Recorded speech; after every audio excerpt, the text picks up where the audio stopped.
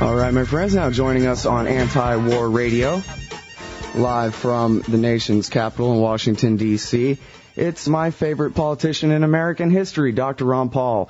Recently won his primary race for District 14 to go back to the House of Representatives at the very least, even if he's not going to be our president. Congratulations, Dr. Paul, and welcome back to Anti-War Radio. Thank you, Scott. Good to be with you again. It's great to have you here. Now, I wanted to ask you, first of all, about the Bush administration's assertion that Congress basically has no more role to play in deciding Iraq policy. It sounds like, although I guess Bush has never gone as far as saying that he can go ahead and pay for the war himself, as some of your competition in the Republican primaries had asserted.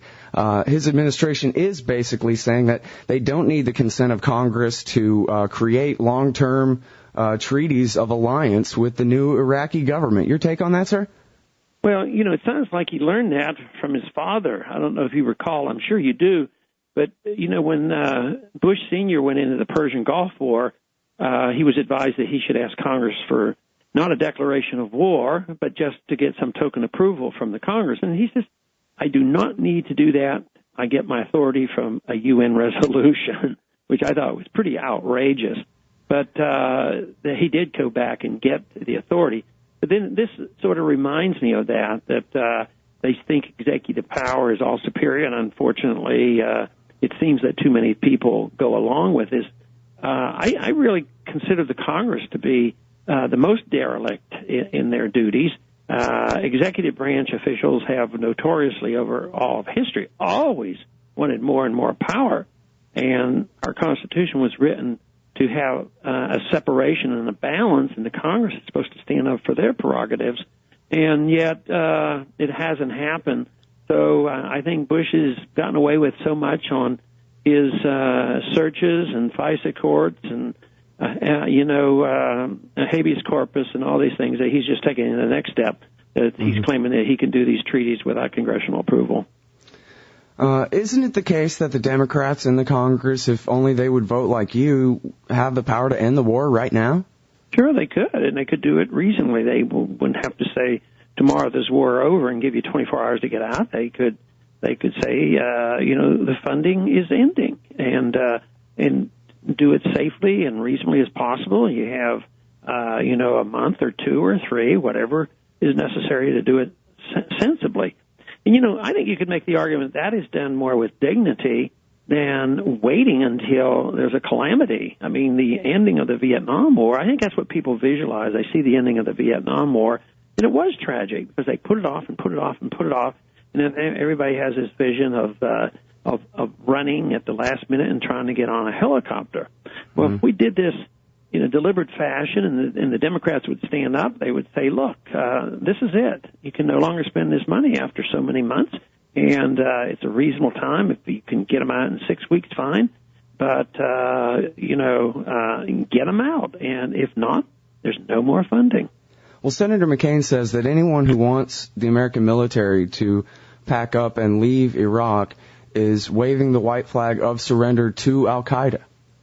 Yeah, he's used that a long time, but and he probably believes it to a degree. But the reality is what we're doing is serving the interests of Al-Qaeda. They weren't even in Iraq before, and now they are. And we've had quotes from Osama bin Laden who says that he's delighted for us to be there, and we're fighting him on his sand, and that we'll do to the United States exactly what we were able to do to the Soviets with our help, and that is drag them into a prolonged war, demoralize their troops, and bankrupt the country. And so I would say that the policies that McCain defends are doing exactly what he claims that leaving would do. The world would be much more peaceful.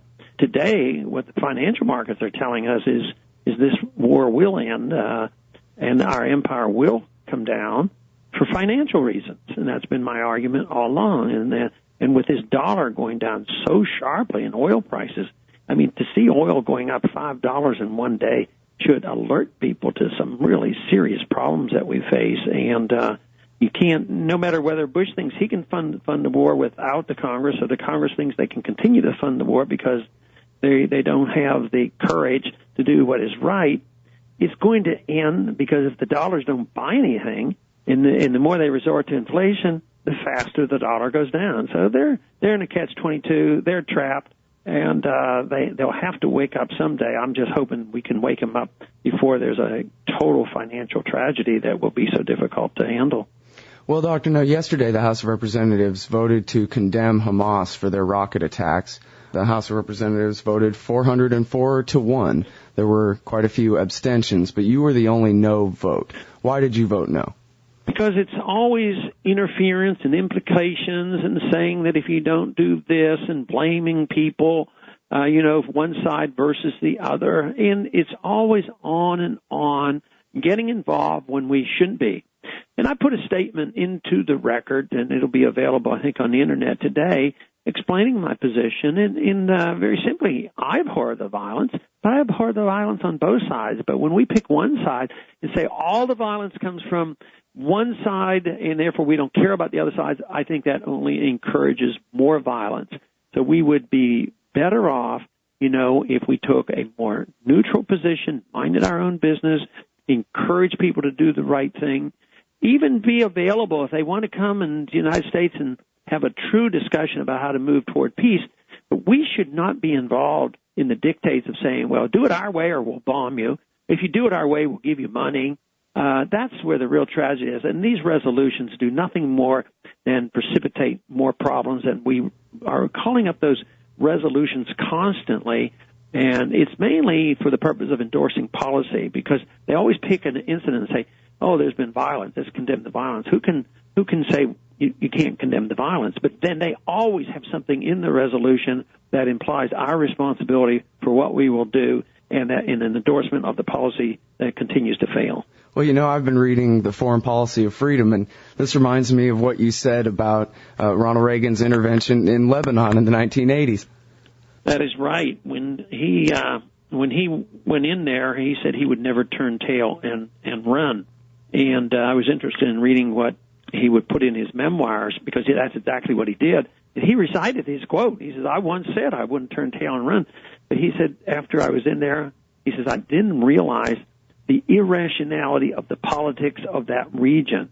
So he admitted it. At least he had the courage to admit it. They talk about a lot of heroic things that Reagan had done when he was president, and some were good and some weren't all that good. I mean, Iran-Contra was nothing to brag about.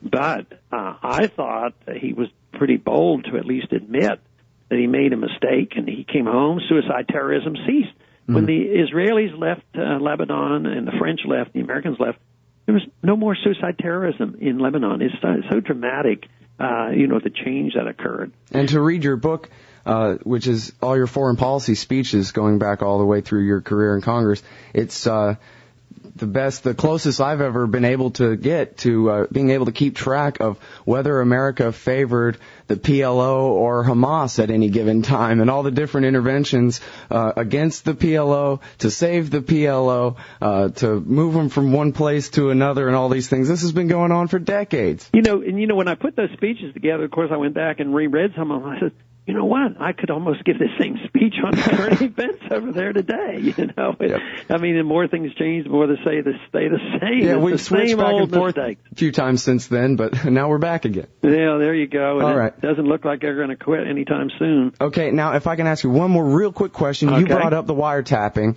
The Washington Post reported 2 days ago that there's a compromise soon on the Protect America Act. Is that the case? Yes, and it's from our viewpoint of protecting civil liberties, there's not a whole lot of compromise. I mean, nothing. When you compromise something like this, I don't see much room for compromise. What they've done is they've had a legislative compromise. They split the bill. There will be one vote on whether or not the telecommunications can be exempt for disobeying the law and invading our privacy and becoming a criminal element, listening to the government orders. That's the way I see it. And separating that vote from the renewal of the FISA courts. So to me, there's no compromise. I I haven't looked in great detail, but it looks like I'll be probably a strong no on both halves of it. Well, I'm sure you will. And I want to thank you, Dr. Paul, first of all, for the opportunity to vote for you for president the other day. Made my day, believe it. and I want to thank you very much for your time on the show today. Thank you, Scott.